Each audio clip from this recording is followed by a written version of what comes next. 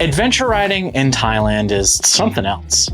The roads twist through jungle-covered mountains, the food is next level, and the sheer freedom of being out there on a bike is just unreal. A lot of people assume a trip like this costs a fortune, but here's the thing, it doesn't have to. In fact, my whole trip cost me less than a single day on some guided adventure tours in the US. So if you've ever wondered what it takes to ride Thailand without blowing your budget, let's break it all down. What I spent, where the money went, and what you can expect if you want to do this yourself. And if you haven't already, be sure to check out my entire video series on riding Northern Thailand. I'm Matt, you're watching TSMoto Adventures, and this is how much I really spent riding a motorcycle in Thailand.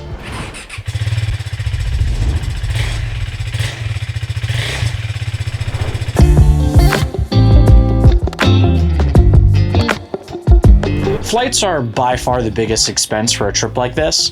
If you're flying from the US, a round-trip ticket to Chiang Mai from the East Coast typically costs around $1,100 or so. In my case, I was already in Thailand for work, so I only needed to book a domestic flight from Bangkok to Chiang Mai and back. This ran me about $271. If you're flying internationally, expect to pay more depending on where you're coming from and the time of year. Once you're on the ground, getting around is shockingly affordable. Thailand uses an app called Grab, which is basically their version of Uber and Uber Eats. It's the easiest way to get from the airport to your hotel, move around cities, or even get food delivered when you're hungry. Ride costs vary depending on the distance, but most short trips are just a couple dollars. If you're traveling through Thailand, having Grab on your phone is a definite must. If you can make it to Thailand, everything else once you're there is surprisingly budget-friendly.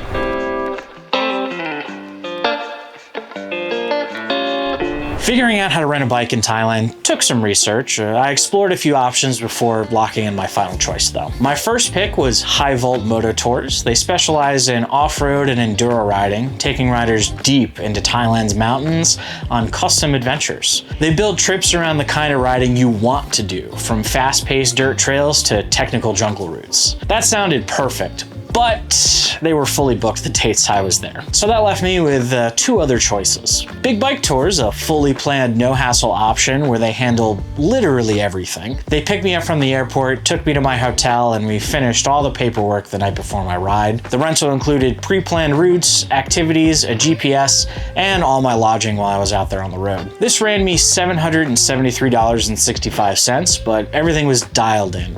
The only downside, their routes stick to pavement, nothing off-road. The other possible option was Pop Big Bike Rentals, a more budget-friendly DIY option. You rent the bike and that's pretty much it. No pre-planned routes, no lodging, no GPS, just the bike and the freedom to figure it all out on your own.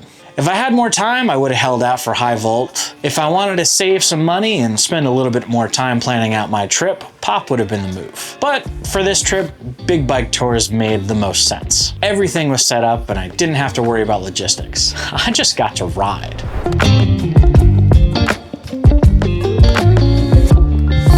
Thailand offers a range of accommodations that are both comfortable and affordable. For my first night in Chiang Mai, I chose a hotel conveniently located just a block away from Big Bike Tours, making it super easy to start the journey the next day. That stay cost me $48.97. The first night on the road, I stayed at the River House Hotel in Mae Sarong. This rustic 3-story hotel is built right beside the river. It had some great scenic views. The warm, cozy atmosphere made it a perfect spot to relax after a day of riding. My room was on the 2nd floor and provided a great view of the river. The wooden architecture added to the charm and the staff were super friendly. The second night, I stayed in Medio de Pai in Pai. This hotel was right in the center of the action in town, with lots of bars and restaurants within easy walking distance. The room was air conditioned and the hotel had Wi-Fi and a really nice outdoor pool. I definitely enjoyed being able to relax in a nice cool room after a long day of riding in the hot sun. For my last night, before flying back to Bangkok, I chose another hotel near Big Bike Tours. This ran me about $26.72. They even offered a car service to the airport for 200 Thai baht, about $6, making the end of my trip hassle-free. Most hotels in Thailand fall between $20 and $40 a night, and many include breakfast. For what I got, it felt like a steal.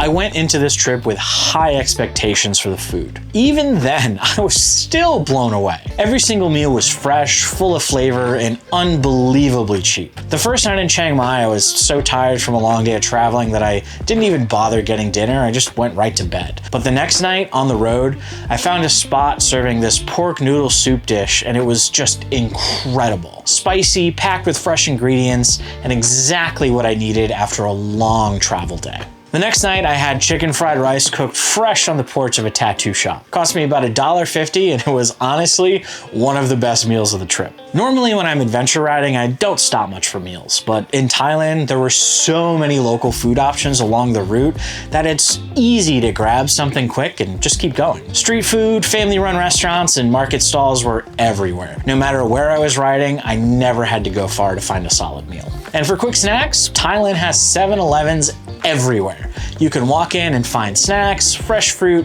and cold drinks. I stopped at a few along the ride for quick energy boosts, and everything was dirt cheap. Overall, compared to what I'm used to as an American, the food in Thailand felt unbelievably affordable.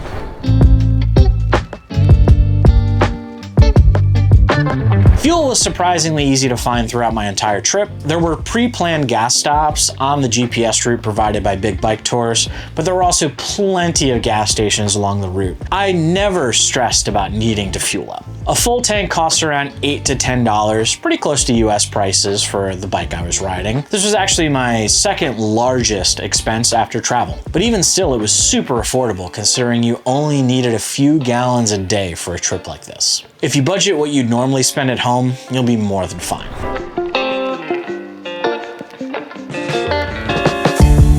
The roads alone are worth the trip, but the stops along the way, that's what makes the experience unforgettable. The Mae Hong Son Loop was stunning. Mountain passes, winding roads, national parks. It was everything you want out of an adventure ride, minus the dirt. Along the way, I stopped at temples, museums, and rode through Doi Inthanon National Park. These stops were either free or just cost a few bucks. But the highlight of the entire ride, that was Tiger Kingdom. At first I thought it was just a zoo where you could see some tigers. Then I got there and found out you could actually go inside the enclosures and interact with the tigers. You could even get photos and videos with them too. The top tier package was about 2,000 Thai baht, which sounded outrageous until I did the conversion and realized it was only around 60 US dollars. For that price, I got to spend time with almost all of their different tigers, from cubs to full-grown adults, take pictures with them, and even have a private photographer document the experience with their biggest tigers. For roughly the price of a tank of gas back home for my truck,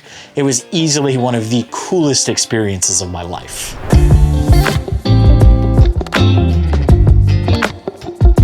Now, here's the final cost breakdown. Travel, $271. Now this is, again, domestic only. Expect to spend around $1,100 for international flights. Bike rental, $773.65. Lodging, $75.69. Food and fuel, $78.80. Activities, $64.38. Bringing my total cost for the entire trip to $1,263.52. Like I said before, that's less than a single day of some adventure tours in the US. If you can get yourself to Thailand, the rest of the trip is surprisingly affordable. Adventure riding in Thailand was one of the best experiences I've had, and I hope I get the opportunity to go back again in the future. The roads, the landscapes, the culture, it's all next level. And knowing that you can do it for under $2,000, that's just wild. If you ever thought about riding internationally, Thailand should be at the top of your list. Have you done a motorcycle trip outside of your home country? Or if not, where's your dream destination? Let me know in the comments down below. For a closer look at this trip, check out my Riding Northern Thailand series. It's packed with incredible footage from my 3 full days of riding. Remember to ride safe, and as always, it's all about the adventure.